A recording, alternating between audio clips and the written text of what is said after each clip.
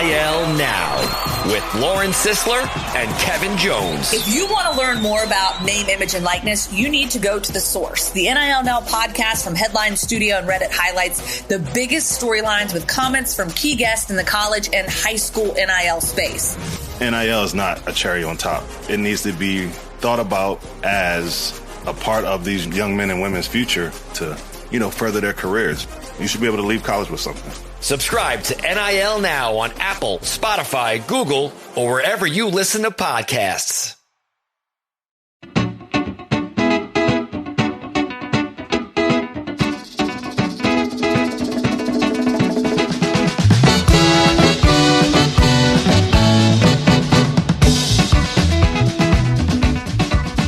It's another edition of the Terry's Talkin podcast. I'm David Campbell, the host, sports manager at cleveland.com, and alongside, back from Goodyear, Arizona, is Terry Pluto, award-winning columnist from the Plain Dealer and cleveland.com. Terry.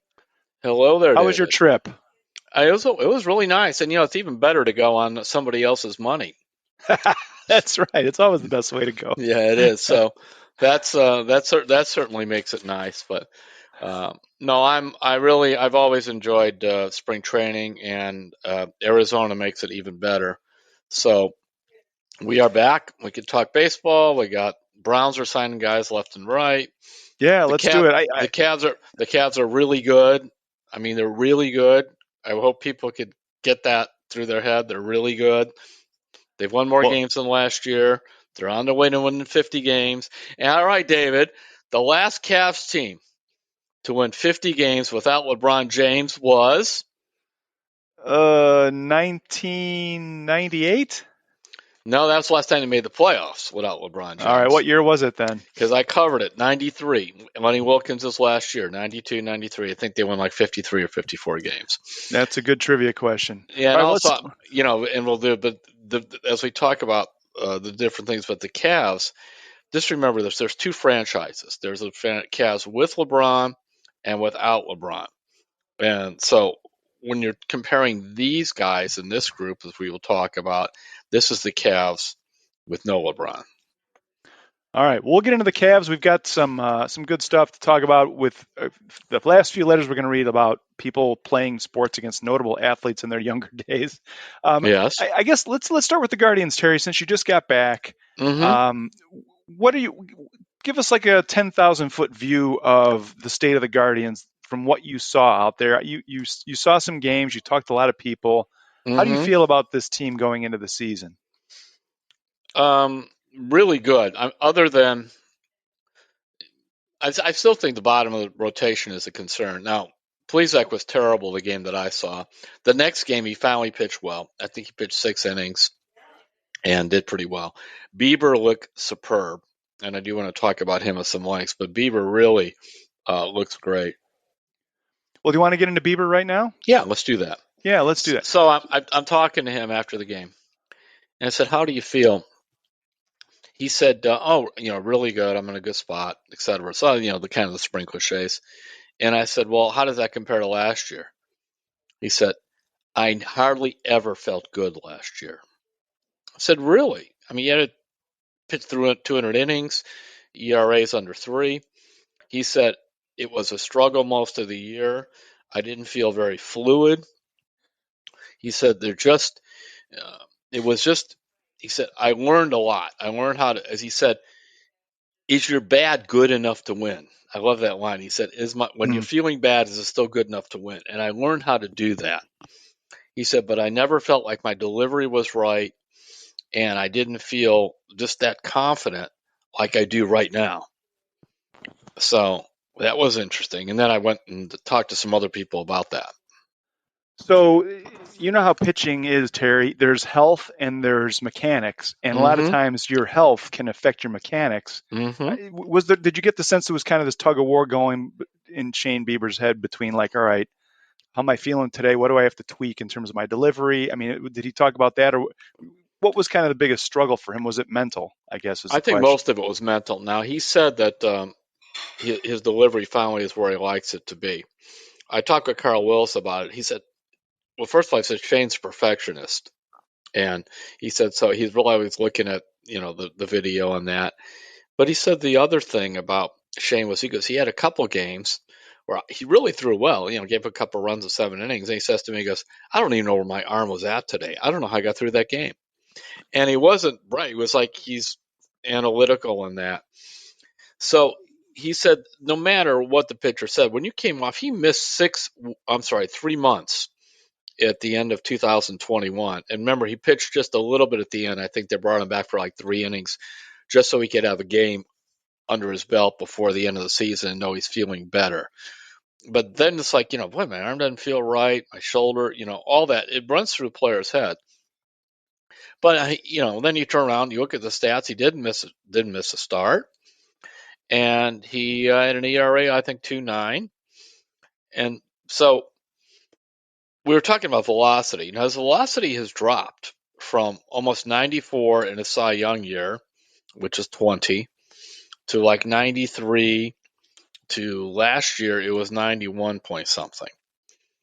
And so I was talking, Francona is not a big radar gun guy. He's like, the hitters will tell you, is your good enough? That's what he says. He goes, this is good enough for him. He's got command. He goes, that's all I worry about. Now, if it dropped to like 87, remember Justin Masterson many years ago? He was pretty good with Cleveland. Then he turns down 3 years and $40 million in spring training. And actually, at the end of spring training, instead of throwing 92, 93, he was throwing 87, 88. And that year, that was really the end of his career. He pitched a couple years after that poorly. So we're not talking about that. Yeah, and he walked away from all that money.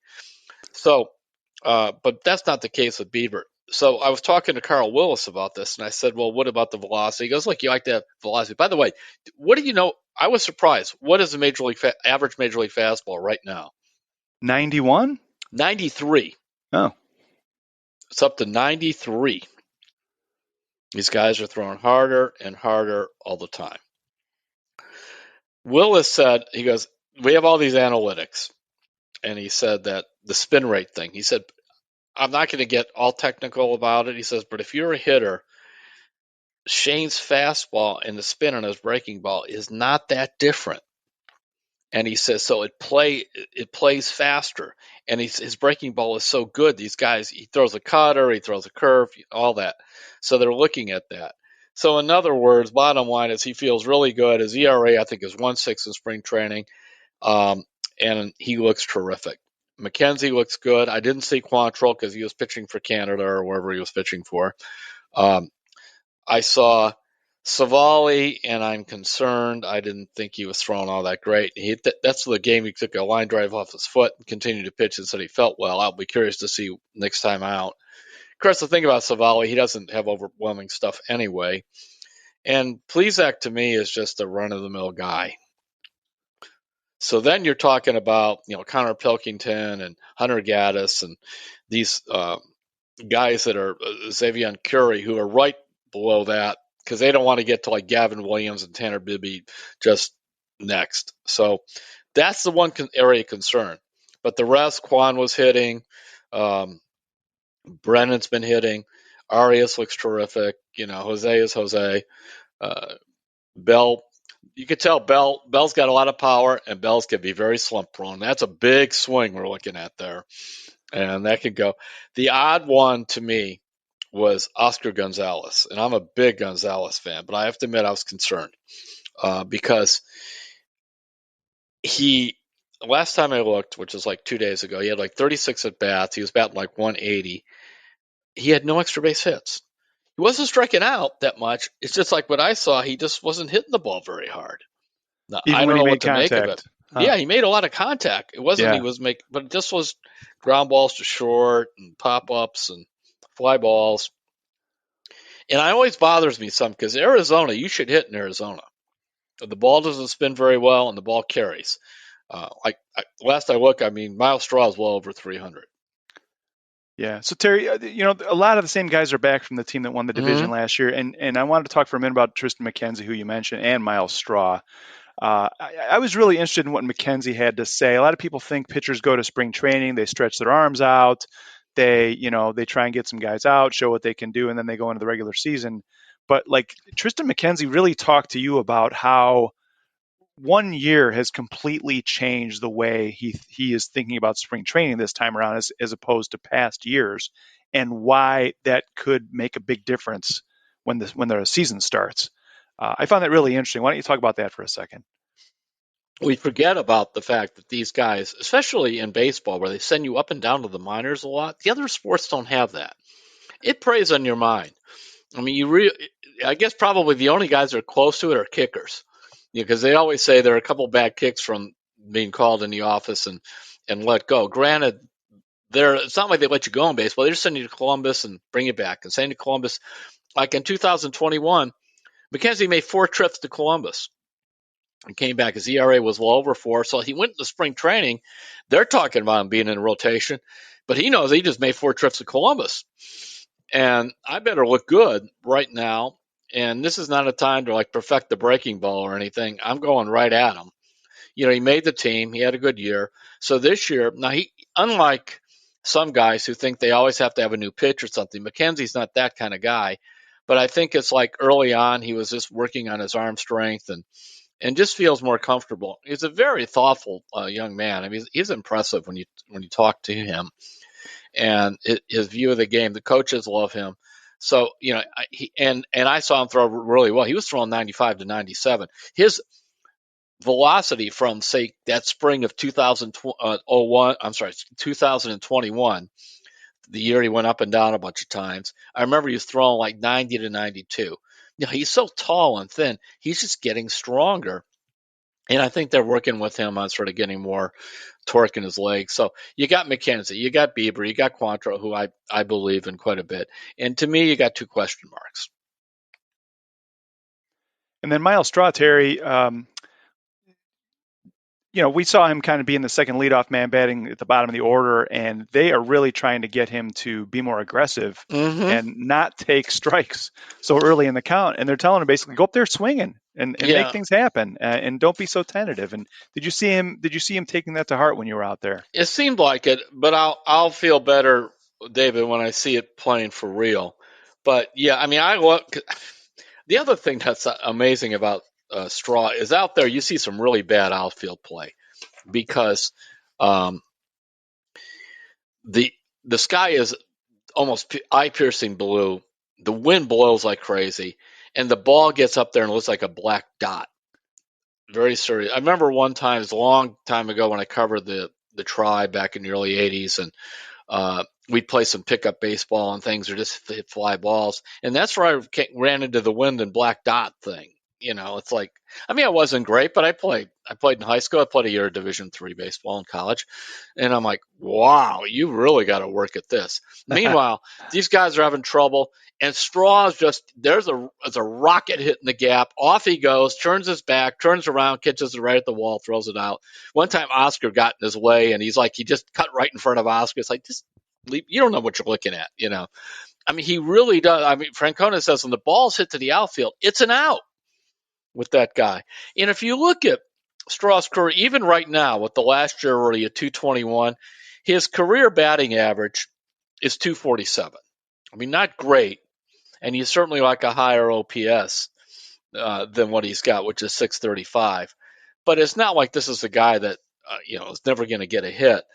And I have a lot of confidence in him. I like what he brings to this team. I wrote a whole story. The Guardians play differently. That was for Sunday. I mean, it's like they play Guardian ball. I mean, and Francona is like, well, this is not up for debate. This is the way we play. And Josh Bell was telling me how he'd never been with a team like from day one of spring training. We are going first to third. When that ball's in the dirt, I don't care if you're not that fast. If that ball's in the dirt, you can still go to second base. You can still look to tag up. This is what we're going. We're running hard on every ball. We want to put pressure, almost like a basketball team that presses all the time. We want to put pressure on them. We want to get every loose ball. We want to get every long rebound. Well, these guys want to get every edge that they can. And, really, and as Chris Antonetti said to me too, along with Tito and Antonetti and different things told me, says, when you have, Jose and Ahmad, when those two are leading the way, Jimenez, Kwan, the rest, play that way. And it's just their culture. You hear culture. Well, the Guardians have the culture. And Francona said, we're not Boston, can't throw the bats out there and just out hit our mistakes. And he just says, we're not going to tolerate it. And so that's what's fun about them too. Yeah, there's a saying in hockey, Terry, that you want your team to be hard to play against. Yes. And that's what these guys are. And it's different than playing against the Yankees or, some teams where they get a guy in first and wait for somebody to come up and hit a homer. This is like an every pitch being hard to play against that the Guardians do. And it's really, it's like putting the other team in a vice and just waiting and just turning the crank slowly and hoping they're going to, and when they make a mistake, you go after it. And Francona says, I know it's a hard way to play, but it's our way to play. And they proved last year it could work. So that part is fun to see. In terms of a couple of guys maybe for down the line, Micah Priest, who I saw just a little bit of, but they were raving to me about this guy. He's a guy that he's not on anybody's scouting list, but they really like him. In fact, Francona said he was talking to Priest. Priest goes, I know I'm flying under the radar. And he goes, do you think I really care where Baseball America has you rated? He goes, no offense to Baseball America. He goes, I don't care. I'm watching you. We're watching you. A lot of our guys, Baseball America don't like. They're out there playing for us, So, they are the little engine that could. And, and Quan said we got to always play with a chip on our shoulder. And if you think about it, Quan was not highly regarded. Brennan, who's just come up, was not highly regarded. Oscar Gonzalez was not highly regarded. Jose signed for $50,000. Nobody liked him. He had to be begged to be signed. Ahmad was a top prospect and then cast away by the Mets. He plays like a guy trying to make the team every day. You just go right down the list. Now, Jimenez was highly regarded as a player coming out of Venezuela. But once again, the Mets passed on him. We just, go all through the whole deal there. So they're fun. If you're a baseball purist and you like prospects and all this stuff, and a team that with an elite manager in front office, this is your team. All right, Terry. And speaking of undersung and people we should watch for next, you asked Carl Willis. You said, give me a surprise name among the young pitchers. And I just wanted to throw this in real quick because baseball fans love to know, who's next. And I think you got a surprising answer there, didn't you?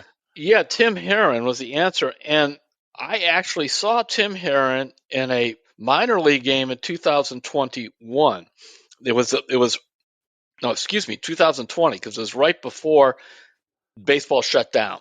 And he was like an A-ball, and it was just in the morning. I wanted a minor league camp. And there's this huge lefty out there, but he's kind of throwing the ball over the place. And he looks sort of like Sam Henkins, but it's like I just kind of remembered seeing him. I didn't think he was all that great or anything.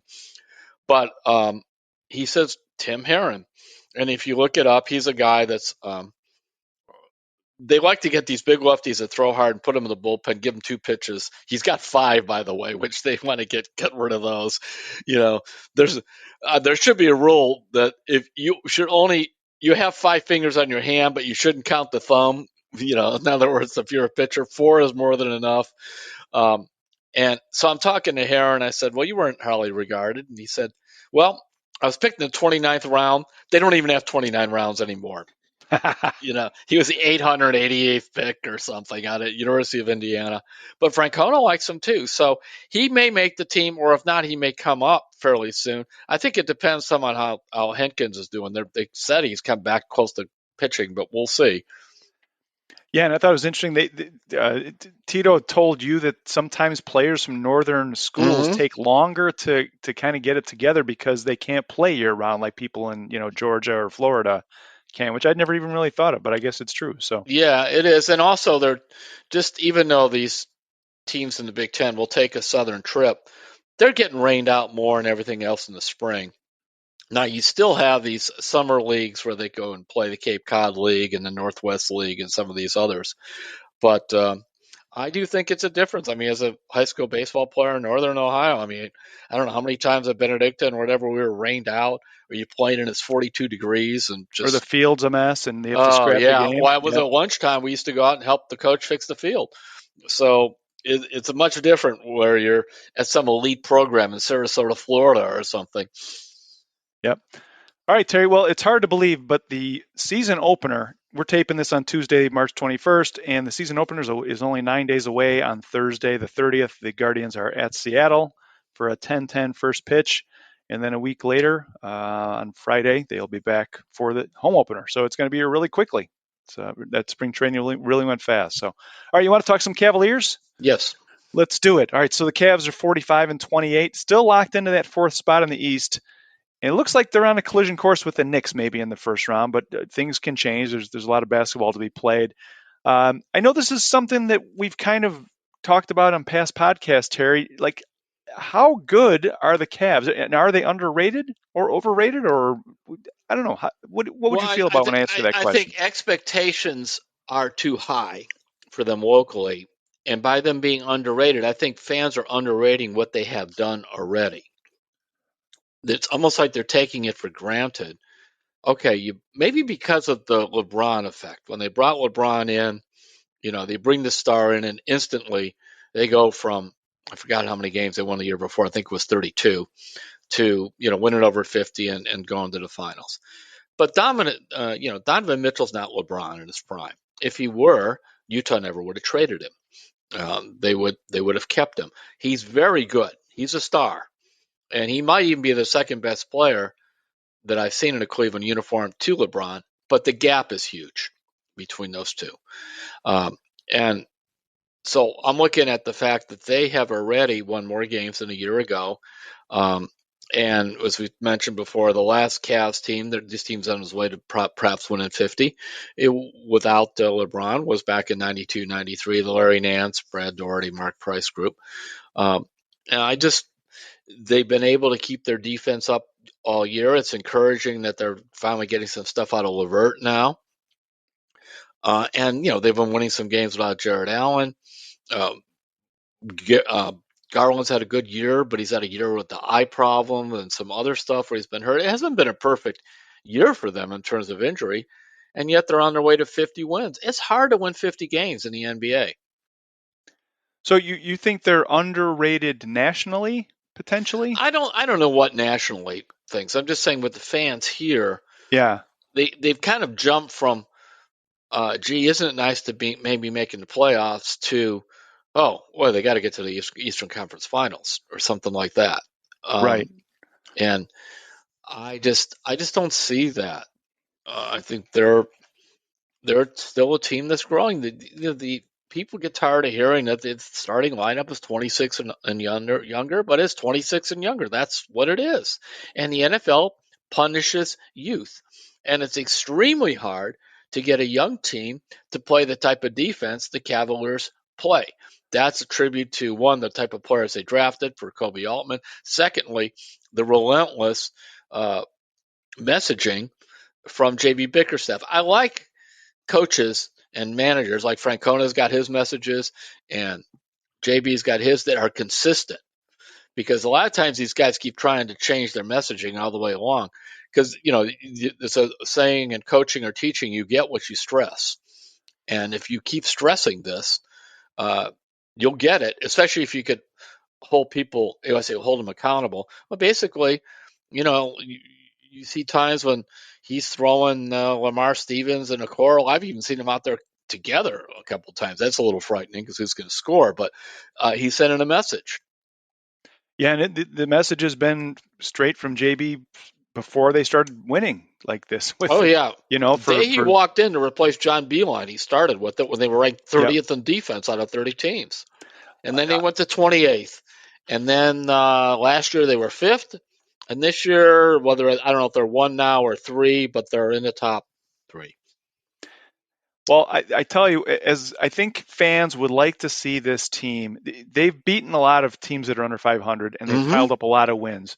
But I think the next step for this team down this final stretch of the regular season is when they play a playoff caliber team, finishing the game, right? Yep. Like, and things even jump another level in the playoffs, and these guys have not been through that for the most part. So, like, coming up with big baskets in crunch time is the next evolution for this team. It's got to happen, because you only get so many chances in the playoffs, and if you lose a game to Philly in March, it's completely different than losing a game to the Knicks in the playoffs in the first round. And they've got to take that next step in terms of coming through in clutch situations, right? David, you're right there. And also, I just think you can't replicate the playoffs. You just can't, because in baseball, when you make the postseason and you're playing best of 5 or whatever, you have these 4, even sometimes a 5-game series against the same team. So that's not out of a different experience for you. Yes, you may see their better pitchers and so on, but you're seeing that same team over and over again. Basketball, you don't. Now they're doing a little bit of this back-to-back stuff with the same team, which is okay, but it still is different. I remember I was talking to Stan Van Gundy about this, and he said, the playoffs are nerve-wracking. He goes, but one thing I know in the playoffs, and we gave them video to take home and the scouting reports, he goes, these guys would actually look at it for a while. I didn't just have 3 guys looking at it. I goes, I had just about everybody, because these guys don't want to look bad in the playoffs. Well, and Terry, it's even more intense. I mean, Chris Fedor, our colleague who covers the Cavs, has a story up on Evan Mobley today and kind of how he's taken the next step. They had noticed that the timing on Mobley's shot, opposing teams had, and were timing it to block him or affect the shot. They picked that up during the regular season. Imagine in the playoffs, the amount of detail that these teams are going to be going into on each other. And that was just Evan Mobley's shot during the regular season with teams coming in and out of town and traveling and everything. You got to play the same opponent over and over and over, and they're going to be analyzing every move. And it's a different world. So, I mean, that's part of the reason they went to get Donovan Mitchell. It's part of the reason that, players such as LeBron or Durant are so valuable is when things break down, which they will pretty quickly in place. These guys can create, and they're physically strong. Donovan Mitchell is a strong man. He just is. I've compared Garland to Mark Price before. And one of the downsides for Price, is the same thing for Garland, is they're just not very big and strong. They're extremely skilled and smart, but they get knocked around and they get hurt. So you need that physical specimen. That's always the remarkable thing about Steph Curry to me, how he's done so well at that size. And it's probably part of the reason you learn to shoot. They're playing in the Bay Area, and he's taking shots from Oregon. It's a way of keeping out, away from some of the defense. But he does go to the rim in that. So we'll see. David, I don't know how they're going to do in the playoffs. But the fact that they're not creeping into the playoffs like they were last year or whatever, that they've got a chance to really finish strong, that to me is encouraging. And we're not sitting there going, boy, it looks like Mitchell and Garland won't throw each other the ball. You didn't know how that was going to go. I don't see any of that. They could still work together better, but there doesn't seem to be any sort of animosity there. Well, and Terry, this team, if you were to make a chart, the graph is going up, like regardless of how the playoffs go. I mean, and if you do get a chance, read Chris Fedor's story on Evan Mobley today. I mean, he's eating entire plates of pasta and creatine, and he's been and it all dates back to this game a couple of months ago against the Suns when he got pushed around, and Evan Mobley's like, I'm tired of getting pushed around. So like Evan Mobley's getting in the weight room and he's getting stronger. Wait to him about year 4 or 5. Oh, they always say year 3, but when he gets to be about 24 or 25, just look out. I mean, it's kind of like we're talking about Tristan Thompson before. I mean, he still looks really skinny, but you look at his shoulders and he's growing into a man. And 21 years old right now. Yeah. Yep. And so that's exciting to me. And he's so unselfish. We're talking about Mobley, willing to defend. Mobley's dad, granted, he played in some other things, but Mobley's dad was his main coach. And boy, that guy, he did a wonderful job. I think he's still on his coaching staff at USC, and he should be, because it's not just he's got these 2 sons that are now in the NBA, because Isaac is on the G League team. This man knows how to coach defense, because I don't know how else that kid would pick up such defensive knowledge, because you bounce from high school to high school and all these different AAU teams. Now, that came at home.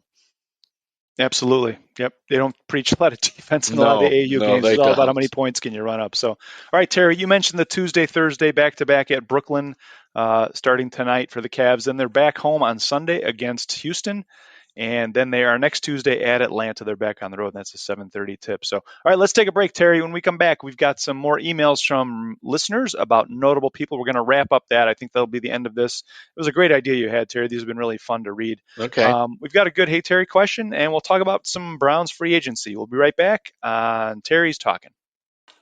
We're back on Terry's Talkin, David Campbell and Terry Pluto. Terry, a while back, we started talking about Sean Payton, and you mentioned that we should have people write in times they played against notable athletes. And so these will be the last ones. We've gotten a great response to this. It was a wonderful idea, and we really appreciate all the listeners sending some stuff in. But there's some familiar names in here that I thought we would kind of wrap up this segment. This one is from Steve Smith.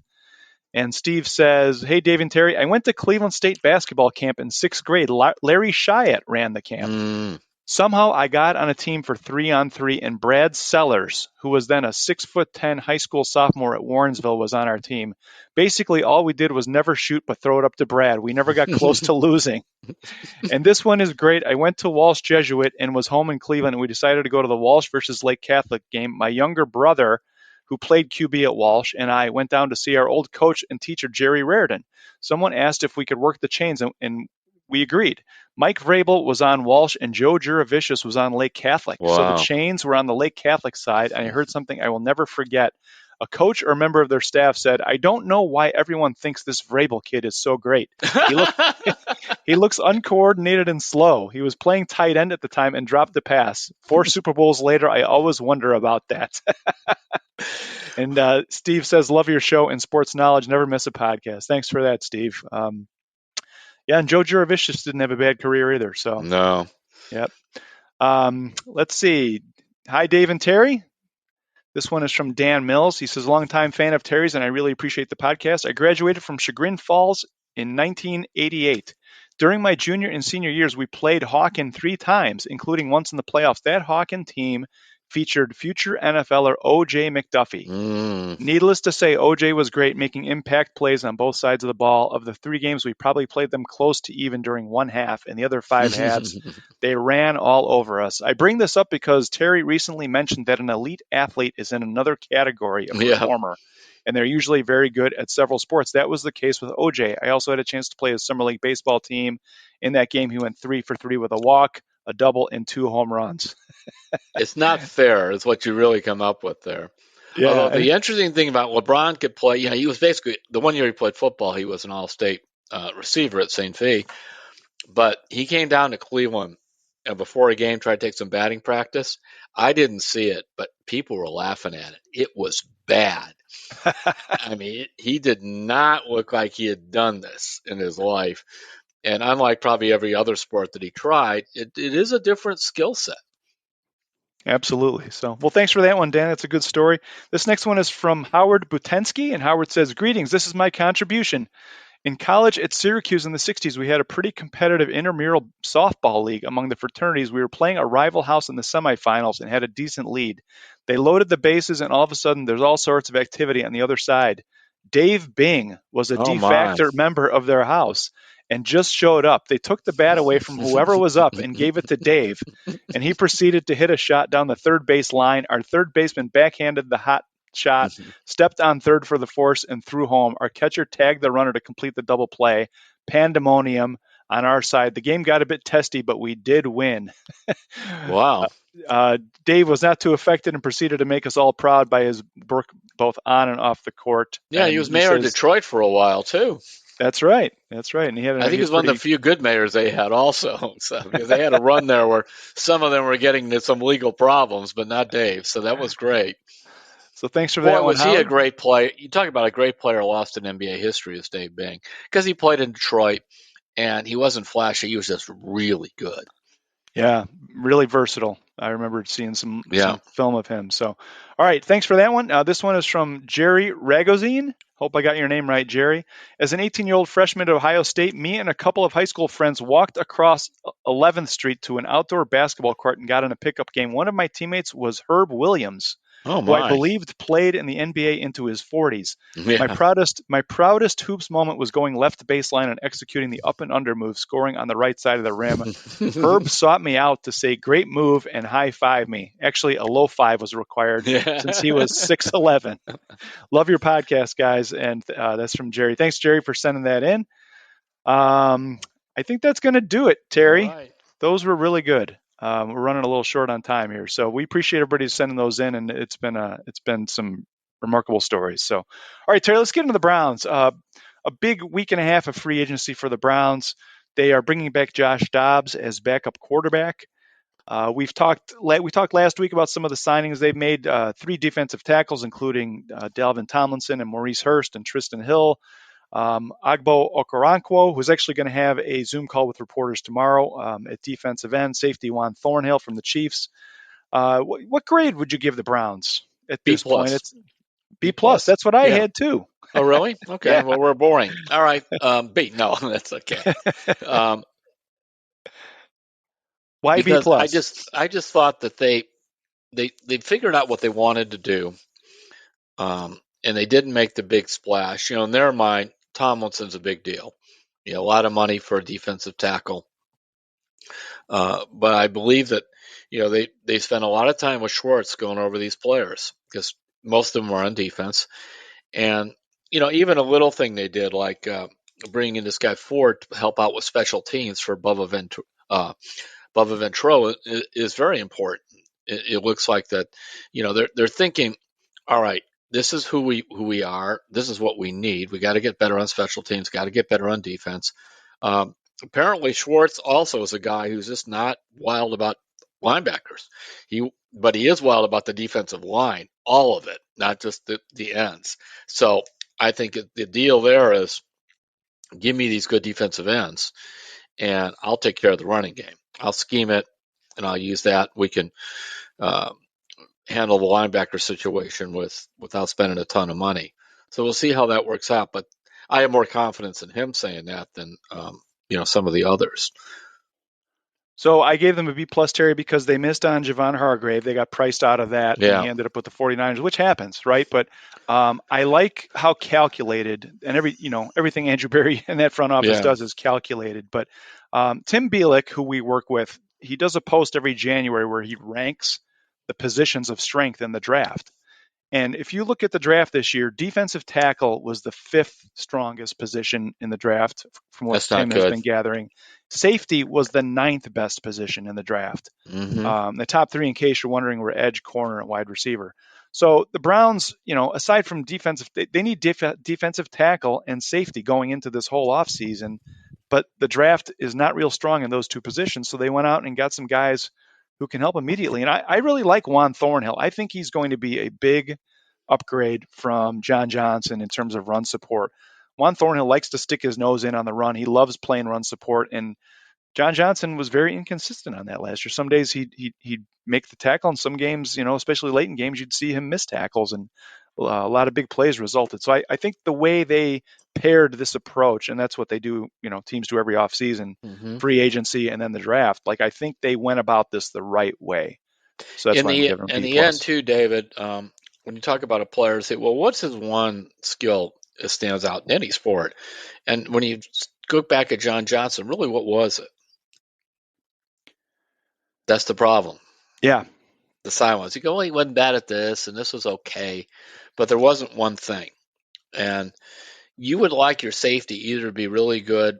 Now, the Browns are telling me they think Thornhill could really be very good as they call it, a center fielder. That's what Schwartz wants, a center fielder, to help them, because they were going to play more man coverage, and they just need somebody back there to clean up the mess, as opposed to that corners thing that quarters, Q-U-A-R, quarters, like that's what Joe Woods played, where there was 4 parts of the field where they had defensive backs, and it seemed like when a guy was on the line between the 2 quarters, nobody took him. Hopefully that's gone. And I also believe too, David, that when you're talking to a guy like Hargrave and it's a ton of money between you and San Francisco, you're going to lose to San Francisco on that. These guys are going to pick the better team. I mean, the Browns still are guilty until proven innocent in terms of what kind of organization this is. They have got. That's why this is such a critical year, not just because of Watson and these guys' jobs on the line. They've got to become respectable for like 2 years in a row. And when you look at, they went from 11-5 to 9-8 to 7-10. And they were lousy, and before that they were like 5-11 in Freddie's last year. I mean, people were ready to have a parade when they were 7-8-1. But if you're a free agent somewhere else, look at it. Well, what is that? Oh, yeah. 2020 seems like 15 years ago to those guys. Yes, it does. Yeah.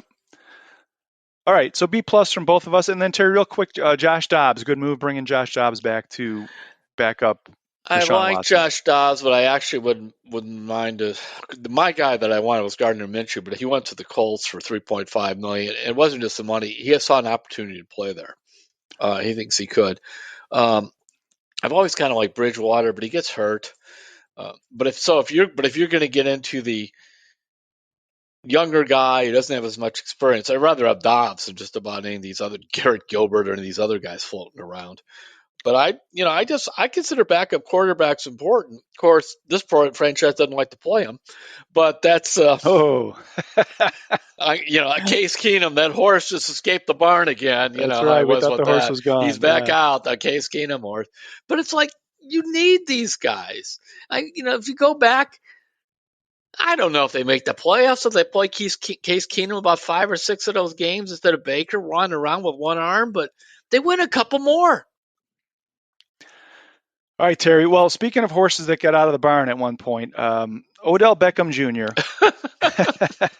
who had a dramatic time here with the Browns. Yes, he did. He held a workout a couple of weeks ago. The Browns were among the teams that went to view it. Mm-hmm. Irie Harris, who is one of our Browns reporters, is putting a poll up today. Mm-hmm. Actually put a poll up yesterday, and today he's going to be asking our subtext football insiders, do you want him back? Because, it ended in kind of a weird way where half the fans wanted to keep him around and half the fans were kind of done with him. And if the Browns are looking for a veteran receiver to give them some leadership in the room and someone who can maybe, I don't know if OBJ's 30 now, can he take the top off of defense still? I don't know.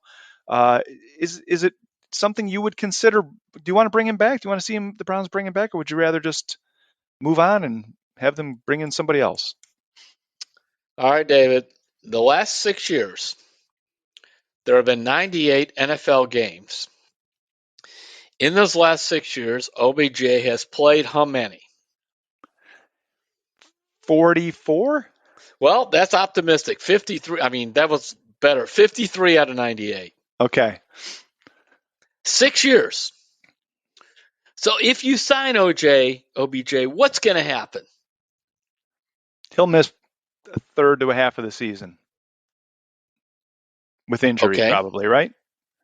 And he's coming off his second ACL and didn't play at all last year. Why? I'm not doing that. I'm not even getting into whatever you feel about OBJ's drama.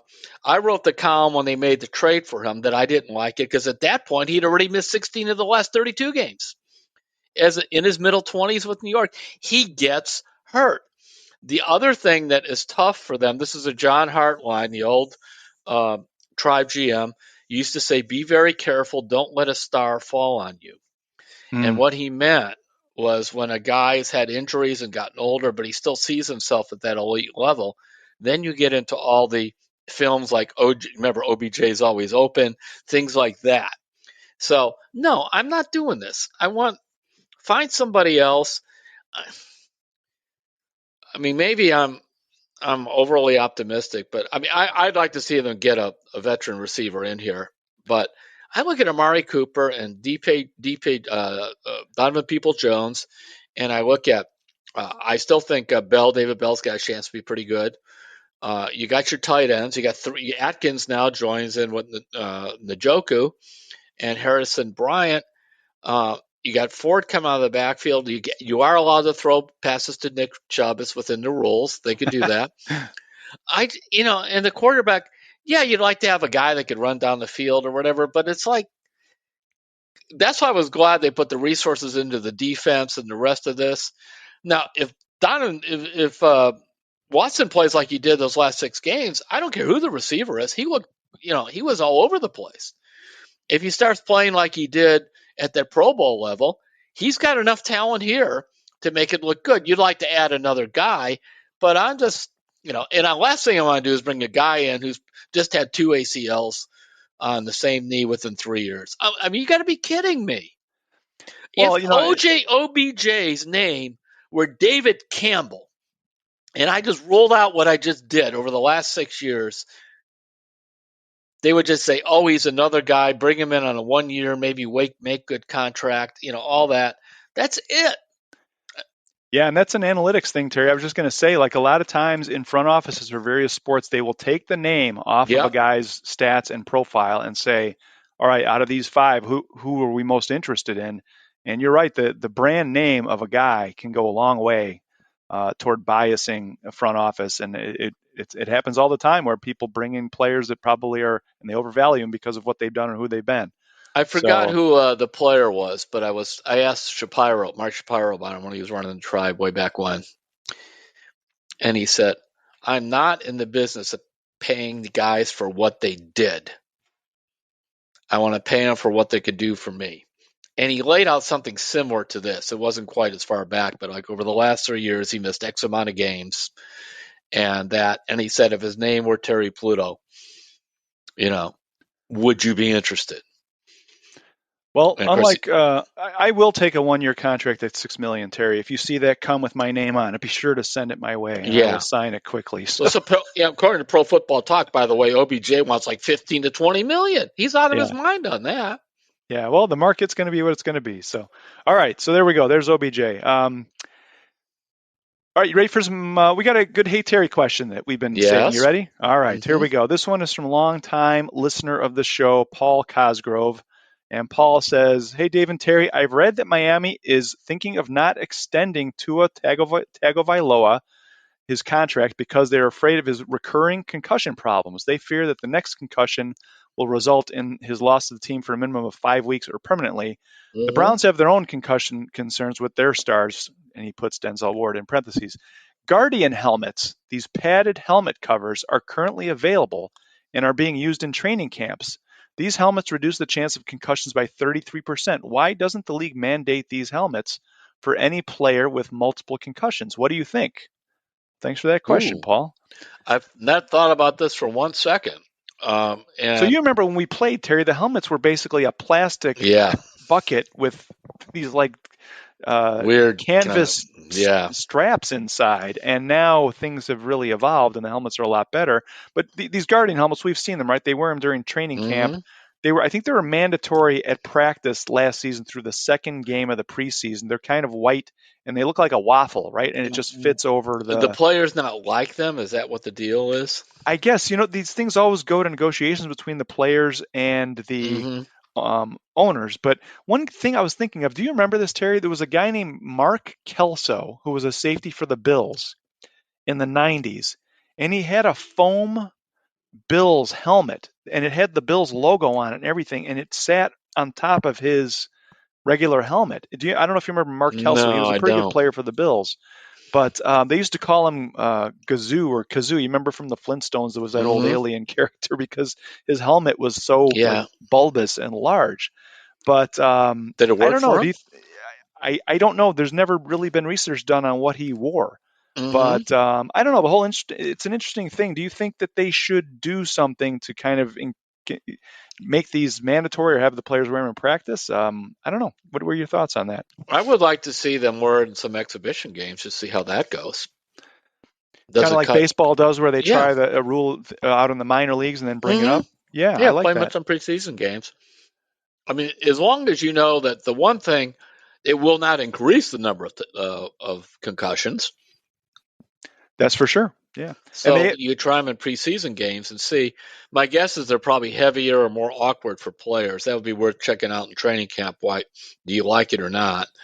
But they have to keep trying to do all the research. My goodness, it's a multi-billion-dollar business.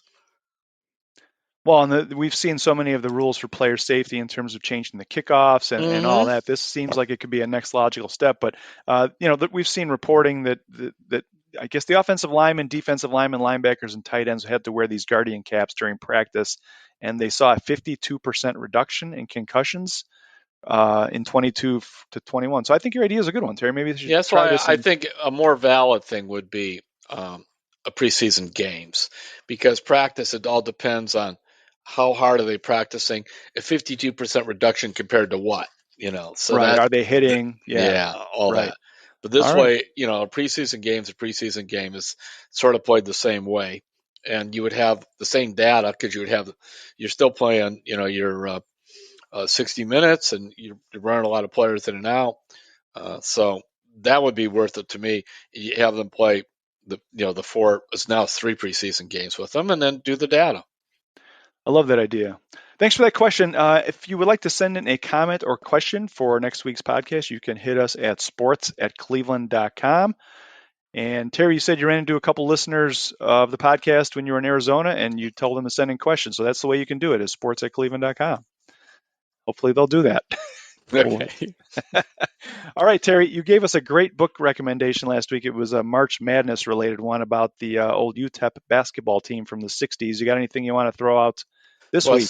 One of my favorite mystery writers is C.J. Box, B-O-X, and he writes about a game warden in Wyoming, Joe Pickett stories. And I just read his new one on the flight coming home. I think it's called Storm Warning. Just came out. And it's a classic C.J. Box. So the nice thing, too, see, I've been to Wyoming a fair amount. I know some of the places he writes about and that kind of stuff. I mean, this is a guy, he started writing for the Saratoga, Wyoming paper. It was a weekly. And then he wrote for the Chamber of Commerce there and just all these other little things, and got this idea to kind of – what he took is like James Lee Burke, who had the David Robichaux stories in Louisiana, and he kind of put it in Wyoming. And, you've got this, and you find a lot about game wardens and people stealing all kinds of poaching and elk antlers and stuff like that. And, of course, there's always some conspiracy going on.